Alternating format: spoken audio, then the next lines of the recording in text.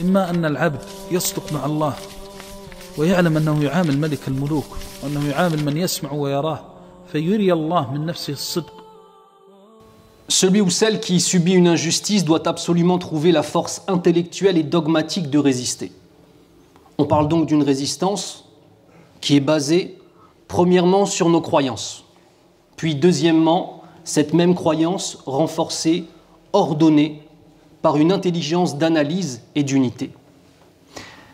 Si le musulman ne réagit pas de façon ordonnée et stratégique, alors l'injustice devient la base de sa relation avec ceux qui lui veulent du mal.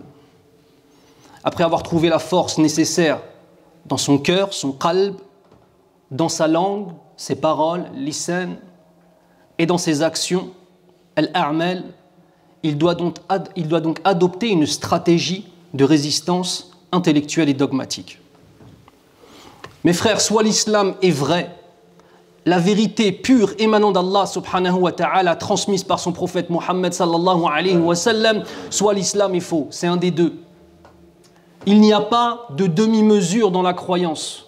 Soit nous avons la certitude que Wallahu khaliqu kulli shay, qu'Allah azza wa jal est le créateur de toutes choses, qu'il contrôle nos destins, qu'il a envoyé Mohammed sallallahu alayhi wa sallam, le dernier des prophètes à cette humanité, avec un message qui est la lumière ultime de la prophétie, qui est l'islam, et que nous allons mourir et que nous allons être ressuscités et qu'Allah azza wa jal va nous juger et va juger entre nous. Soit on pense ça, et on a les actions qui sont en accord avec cela, soit on prétend penser cela, et on a des actions qui sont en désaccord avec cela. Et la personne qui vit dans cette dualité, il n'y a aucun doute que son cœur est malade. Allahumma hfadna min hadha al-marad, qu'Allah nous préserve de cette maladie. Mais je tiens à vous annoncer une bonne nouvelle. Les périodes de répression, les périodes d'injustice sont des périodes qui sont prolifiques pour les musulmans. Car ainsi, on pourra faire la différence entre ceux qui prétendent croire en Allah et ceux qui y croient réellement.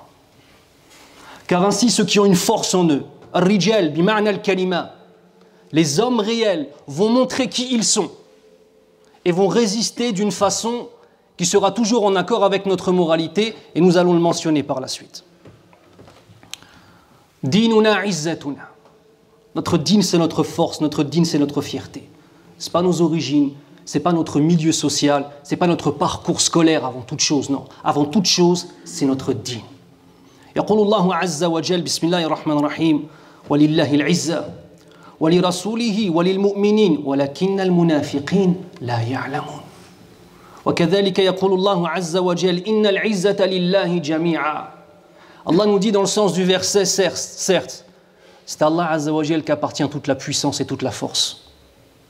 Et par cette force qu'Allah Azza wa Jal et cette puissance absolue, il en donne une partie, wali rasulihi, à son prophète.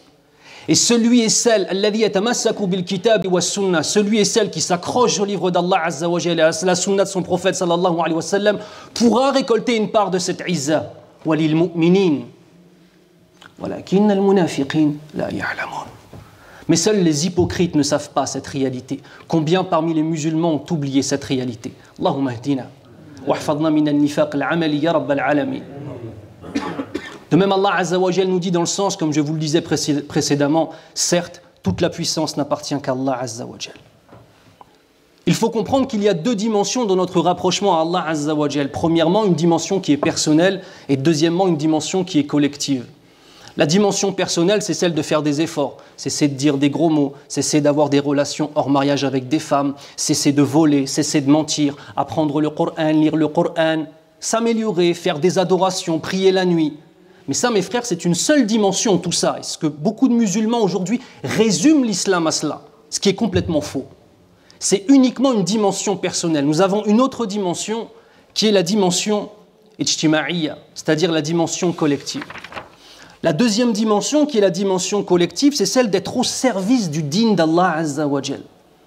C'est-à-dire on ne peut pas avoir une vision égocentrique, ananiya, uniquement moi, mon din, C'est pas ton din, akhil karim, c'est notre din. Ce qui signifie qu'on est une communauté. Fi surat al-Fatiha, la naqulu ihdini sirat al-mustaqim. Madha naqul ihdina sirat al-mustaqim. Al-wajh al-ijtima'i mawjoud hatta fi surat al-Fatiha.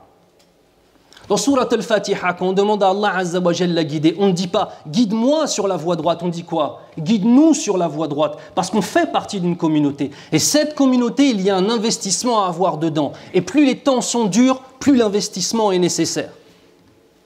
يقول الله عز وجل يا أيها الذين آمنوا إن تنصروا الله ينصركم ويثبت أقدامكم. Allahu Akbar. Allah nous dit dans le sens du verset « Ô vous les porteurs de la foi ». Si vous donnez à Allah Azza wa Jal la priorité dans vos existences, alors Allah Azza wa Jal vous secourra et il fera que vos pas seront thabit, c'est-à-dire seront fermes sur la voie de son din, subhanahu wa ta'ala.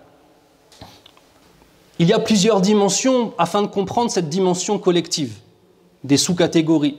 Parmi ces sous-catégories, il y a la dimension dogmatique, la dimension économique, la dimension sociale, mais aussi la dimension familiale. Première des choses, la dimension dogmatique, comme je vous l'ai dit avant, Allah est le créateur de toutes choses et c'est lui qui décide de toutes choses. Le musulman ou la musulmane qui a cela dans son cœur et qui va baser sa réflexion, sa résistance, sa construction, sa stratégie sur cela, yansuruhu Allah subhanahu wa ta'ala, Allah lui donne la victoire, inshallah wa ta'ala. Deuxièmement, la dimension économique. C'est pour vous montrer que notre dîn n'est pas simplement le fait de venir à la mosquée et de faire un soujoud. Notre dîn est un mode de vie. Il englobe toutes ces choses-là. Et si on veut pouvoir être une part de la solution et ne pas être une part du problème, il faut que l'on comprenne que notre dîn englobe tout dans nos existences. Et vous allez voir qu'il ne fait que rapporter du bien. Et je vais simplement donner à chaque fois un seul exemple. Il y aurait des choses et des choses à dire, mais je ne veux pas faire une khutbah qui soit trop longue, inch'Allah ta'ala. On va donner simplement un exemple de la dimension économique. Le fait qu'Allah Azza wa Jal ait interdit l'intérêt usuraire. Allah Azza wa Jal nous dit وَأَحَلَّ اللَّهُ الْبَيْعَ وَحَرَّمَ الرِّبَا. Allah Azza wa Jal, dans le sens, a autorisé la vente et a interdit l'intérêt. Et il n'y a aucun doute que l'intérêt est une des formes de l'esclavage moderne les plus présentes dans notre société. Allahumma hafadna min dhalik. Je donne simplement un exemple pour qu'on comprenne que toutes ces dimensions-là gèrent nos existences. La dimension sociale, al-wajh al-ijtima'i, l'aide du démuni par la présence de la zakat et de la sadaqa. يقول الله عز وجل خذ من أموالهم صدقة تطهرهم وتزكيهم بها. Ce qui signifie prends de leurs biens une sadaqa, c'est-à-dire ici sadaqa dans le sens de zakat al-mal. Tu vas les purifier et tu vas purifier leurs biens par cette chose-là. La zakat al-mal, c'est une purification de nos biens. À qui on la verse, notamment aux masakin, aux fuqara, les pauvres, etc. Encore une fois, ici, nous avons une dimension sociale de notre dîn et pas simplement la dimension personnelle. Combien de sujoud j'ai fait, combien de raka'at j'ai fait cette nuit, combien j'ai mémorisé du Coran al-Karim. Ça, c'est pour nous construire. Et on se construit pour quoi faire ?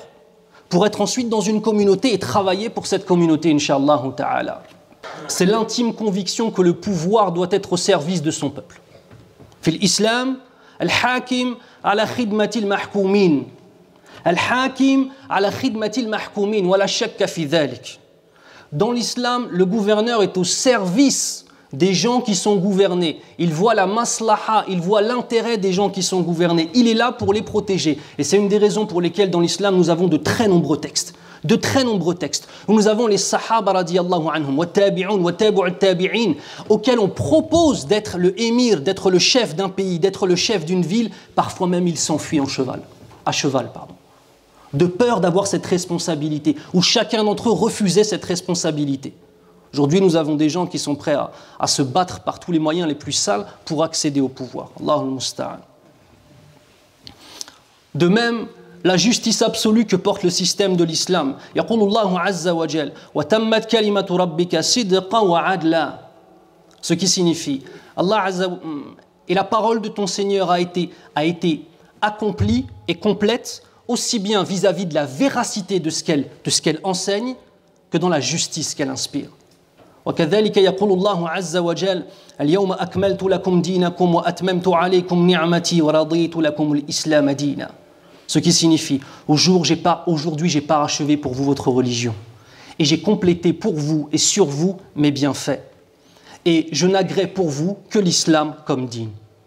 Notre dîn est parfait. Walhamdulillahi Rabbil Alamin. Encore une autre dimension, il y en a beaucoup d'autres, la dimension familiale. Et cette dimension familiale est basée sur deux notions principales, la sacralité du mariage. Et j'utilise à dessein le mot sacralité. Sacralité, c'est-à-dire qu'il n'y a pas de négociation avec ces choses-là. La sacralité du mariage, la sacralité de la famille, et la relation et les droits qu'ont les parents envers leurs enfants, mais aussi les droits qu'ont les enfants envers leurs parents. ولو تمسكنا بهذه الأمور وبهذه الوجوه والأوجوه لاستطعنا أن نقول كما قال الشاعر نحن بالإسلام سرنا خير معشر وزرعنا العدل في الدنيا فأثمر ونشرنا في الوراء الله أكبر نحن بالإيمان أحيينا القلوب نحن بالإسلام حررنا الشعوب نحن بالقرآن قومنا العيوب وانطلقنا في الشمال والجنوب نحن بالأخلاق نورنا الحياة نحن بالتوحيد أعلينا الجبا نحن بالفرقان علمنا الرعاة نحن بالتكبير زلزلنا الطغاة الله أكبر نحن بالإسلام سرنا خير معشر. Nous sommes devenus la meilleure des communautés uniquement par l'islam, pas par nos origines, pas par notre milieu social, par l'islam. Nous sommes devenus la meilleure communauté par l'islam. وزرعنا العدل في الدنيا فأثمر ونشرنا في الوراء الله أكبر. Nous avons semé les graines de la justice qui ont donné des fruits. Si on a toutes ces dimensions dans notre existence et qu'on les respecte telles des musulmans réels, on aura et on pourra dire ces paroles-là. Nous avons semé les graines de la justice qui ont donné des fruits et nous avons propagé notre devise qui est Allahu Akbar. نحن بالإيمان أحيينا القلوب نحن بالإسلام حررنا الشعوب.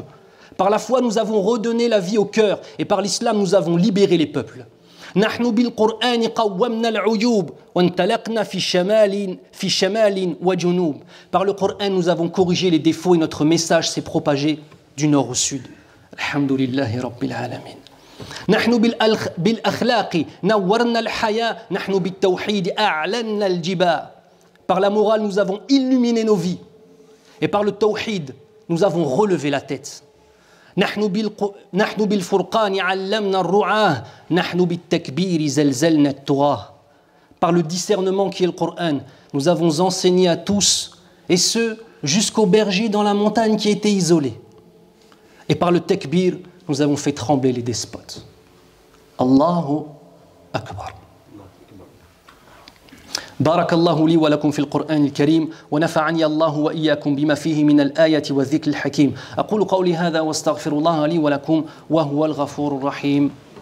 أعوذ بالله من الشيطان الرجيم. بسم الله الرحمن الرحيم والصلاة والسلام على أشرف الأنبياء والمرسلين نبينا محمد وعلى آله وأصحابه أجمعين وأشهد أن لا إله إلا الله وحده لا شريك له وأشهد أن محمدا عبده ورسوله صلى الله عليه وسلم.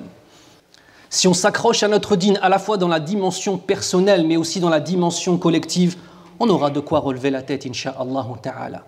والسؤال ما هي الوسائل؟ الوسائل عديدة.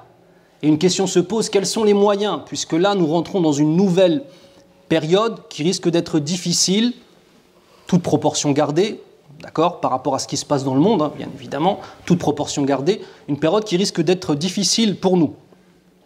Premier des éléments, mes frères, et je l'ai déjà dit plusieurs fois, il faut qu'on arrête avec le syndrome du héros. Il faut que l'on cesse de croire que des héros vont venir nous sauver. Les héros n'existent que dans la saga de Marvel. D'accord? Et ils ont des super pouvoirs. Ça n'existe pas, ça, mes frères. Il n'y a pas une personne qui va se lever, qui va protéger les musulmans et tout. Ça n'existe pas. On n'a pas besoin de héros. Les héros n'existent pas. On a besoin d'exemples. An-Nabi sallallahu alayhi wa sallam, qudwatuna.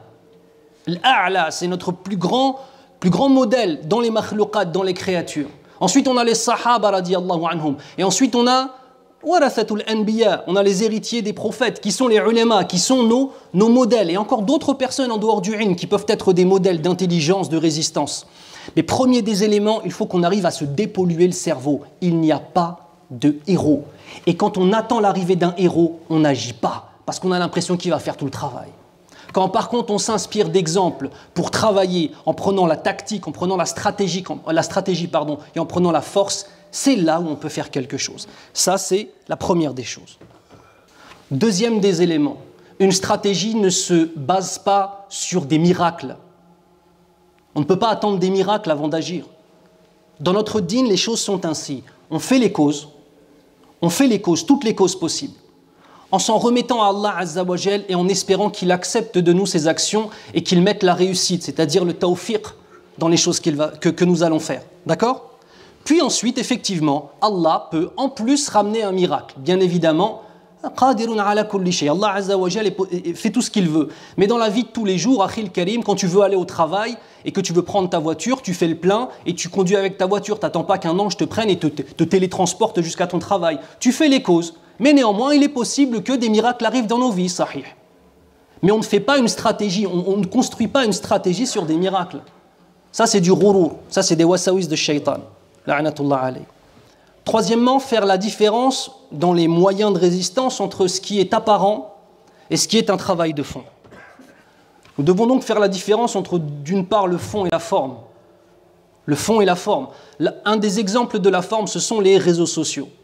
Et comprenez une chose, ayyuhal mashaykh, vous êtes certainement déconnectés des réseaux sociaux, ce qui est tout à fait normal. Mais il faut vraiment que vous compreniez une chose, c'est que les gens de 10 ans à 50 ans ou à 40 ans sont complètement là-dedans en fait. C'est une matrice dans leur tête. Jusqu'au point où parfois pour eux la réalité est en dessous du monde virtuel. Et le monde virtuel a plus des réalités pour eux que la réalité de tous les jours. C'est pour ça qu'il faut faire la différence. Les réseaux sociaux, Twitter, Facebook, etc., ne sont que des éléments de résistance apparents. Et ce n'est pas du travail de fond. Mais ils servent à certaines choses, à déclarer des constats, à alerter. Mais ce n'est pas de la construction. Quand j'alerte et que je décris le réel, je n'ai fait qu'alerter et décrire le réel. Si je passe ma vie à alerter et décrire le réel et que je ne construis rien, qu'est-ce qui se passe ? Eh bien, mes frères, je suis un spectateur. De même, un élément qui est très important, c'est que sur les réseaux sociaux, peu importe la nouvelle qui va être ramenée, la durée de vie d'une information est de 72 heures maximum. Ça veut dire qu'on peut avoir une folie qui se passe, on va avoir Twitter qui va s'emballer, Facebook, tous les réseaux sociaux qui vont s'emballer, mais vous savez combien de temps ça va rester ? 72 heures maximum. Est-ce que la problématique est partie au bout de 72 heures ? Al-Jawab la. La problématique n'est pas partie au bout de 72 heures, mais simplement les gens crient et font des constats. On crie fort et on oublie. Et 72 heures après, qu'est-ce qui fait le buzz ? C'est la vidéo d'un chat qui va jouer avec une pelote de lait. Allahu al-musta'an. C'est ça les musulmans, c'est ça Tertit, c'est ça la stratégie. Les réseaux sociaux ne sont là que pour alerter au maximum, c'est juste ça. Ensuite, il y a un travail de fond. Et il y a ensuite du travail de fond. Et ce travail de fond, c'est le travail qui est moins visible. Il y a les choses apparentes où les gens crient, mais il y a un deuxième travail qui est derrière, c'est le travail des fédérations. Le travail de ceux qui réellement, ceux qui ont construit les mosquées, ceux qui ont construit les madaris, ceux qui ont fait que les droits des musulmans ont pu être préservés pendant longtemps. Sauf qu'eux, ils ne sont pas forcément sur les réseaux sociaux en train de dire « Regardez, j'ai fait ci, j'ai fait ça ». Les fédérations, c'est ce qui peut permettre d'avoir à la fois les musulmans en tant que personnes, les musulmans en tant que les mosquées, et ainsi que les associations musulmanes. Mais une des différences qui m'a particulièrement touché dans la plateforme des musulmans, c'est laquelle ? C'est que mes frères, c'est la base, c'est la masse qui dirige cette plateforme. Et c'est une plateforme de service pour tous les musulmans. C'est une plateforme de service pour tous les musulmans, aussi bien dans la protection juridique des mosquées, que dans la protection sanitaire des mosquées, que dans la protection juridique des madaris qui se font, que dans tout un tas de choses. Le fait de former, récemment ils ont formé 100 personnes pour pouvoir prendre la parole en public, même à la télé. On est toujours en train de se plaindre qu'on n'a pas des gens à la hauteur qui parlent à la télé, c'est vrai ou pas ? La plateforme, ils relèvent les manches, ils ont formé, ça fait 1 an et demi qu'ils forment des gens, il y a la première dof'a qui va sortir, ils ont appelé ça les 100 voix. Voilà, ça c'est du travail de fond mes frères. La solution, أولاً ندعو الله ونرجع إلى اعتقادنا. Première des choses, on implore Allah Azza wa Jal et on revient à ce qui fait notre dogme, notre dîn. ثانيا نتمسك بسنة رسول الله صلى الله عليه وسلم. Deuxième des choses, on s'accroche à la sunna du prophète sallallahu alayhi wa sallam avec nos molaires s'il le faut. ثالثا نأخذ عزتنا في ديننا. Troisièmement, on prend notre izza et notre force dans notre dîn. رابعا نتوحد. On s'unit. S'unir, ça ne signifie pas être d'accord sur tout. S'unir, cela signifie simplement accepter de travailler les uns avec les autres. لو فعلنا ذلك لنجحنا إن شاء الله. عددنا 6 ملايين على الأقل. Nous sommes 6 millions de musulmans en France au minimum. Inch'Allah, on a de quoi faire pour défendre nos droits, Inch'Allah. بإذن رب العالمين. فلو تمسكنا بهذه الأمور لاستطعنا أن نقول أنا إن سألت القوم عني من أنا مؤمن سأعيش دوما مؤمنا فليعلم الفجار أني ها هنا لن أنحني لن أنثني لن أركنا